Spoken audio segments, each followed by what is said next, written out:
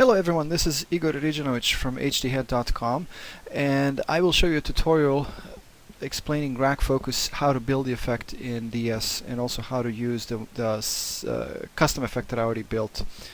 Let me show you first what it does. We'll hit play, and I will jog through this kind of slowly.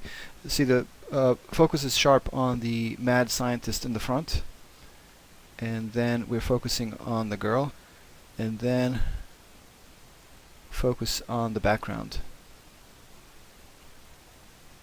This rack focus effect not only blurs the layer, but also does a little bit of lens breathing, which is what normally happens in lens. You can see the apparent size of the layer changing as I'm shifting focus from one layer to the other.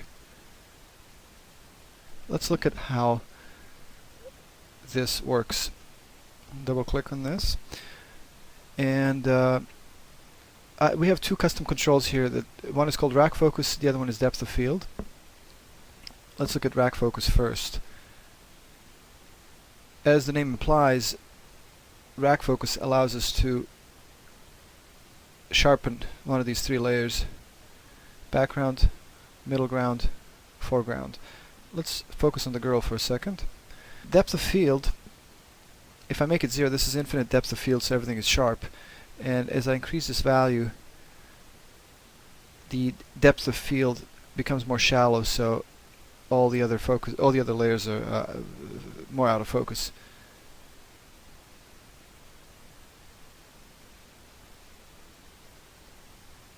Inside of this are 3 DVEs, one for each layer, and 3 blurs, one for each layer, and also a set of expressions that controls all of this. The blurs are simple Gaussian blurs available in Avid DS, and you could also substitute these blurs for more optically correct blurs, such as the focus found in Sapphire effects. Let's go back to the timeline. I want to show you how to use this custom blur effect. So we'll throw this Prague Street clip on the timeline, make a composite container, place the martial artist here and the mad scientist. I will then pull green screen keys for these 2 layers. Real simple, quick and dirty.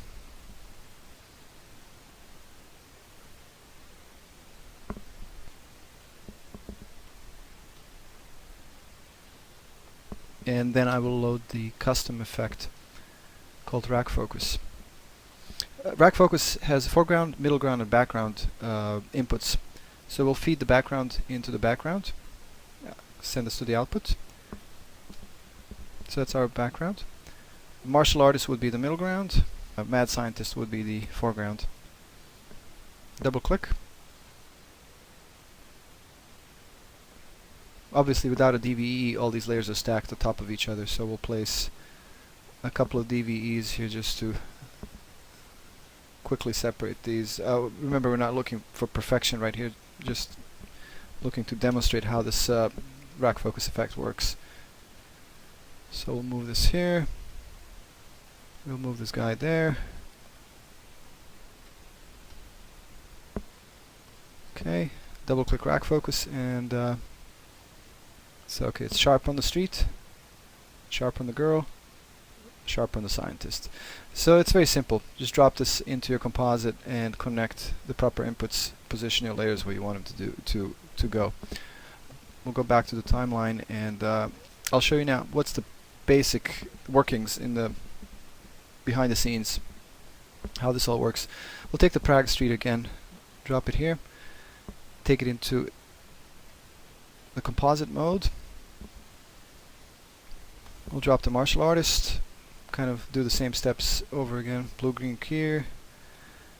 We'll take a composite operator, connect that there, pick a key color, place a DVE. Let's make her a little bigger, like that, and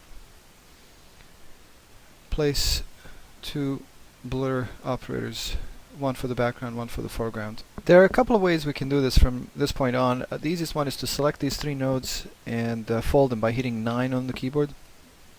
Oh, so all three of these are in there. Double click this, which opens the properties for the overall folded node. Lock that and expand it so we can see what's inside. Then double click the first blur, place it here, lock it, and do the same thing for the second blur and lock it as well. Maybe pan this picture a little bit to the right so we can see it better. In the properties, we will add a property called rack focus with the range from 0 to 30. Add. Click on the generic tab, and then now we're going to link this to X radius, and we'll link X radius to the Y radius. So what happens is, you can imagine now with this very simple expression, we're blurring the top layer here, and the 30 value here is translated directly into a 30 pixel blur on X and Y radius. One thing we have to modify here is we have to blur alpha as well, so we don't get these sharp edges. So I'll just click here on masking and process alpha as well. So now that's better. Now we have to, as we're blurring one layer, we have to unblur the other layer. So I will connect this to the second blur's X radius and connect X radius to Y radius. And now we're blurring both layers proportionately, and that's not quite what we need. So I'll right mouse click here on the expression editor for the X value, and we'll type in ABS in parentheses input 1 minus 30, which was our maximum value in the custom rack focus effect, and apply this. We can close this now. So what happens now is, you can see as this value is going up, this value will be coming down, and consequently the picture is getting sharper on one layer while it's blurring on the other layer. So it's a very simple math behind this effect, and I will show you, if I step out of all this, is some of the math that's going on behind the scenes. What we did not do in this example is we didn't do lens breathing, which is achieved through Z movement in a DVE. So you can download the full custom effect that I built from hdhead.com, and it will have all this other math going on to get a little more precise and a little more sophisticated rack focus. And this is where you can download it from.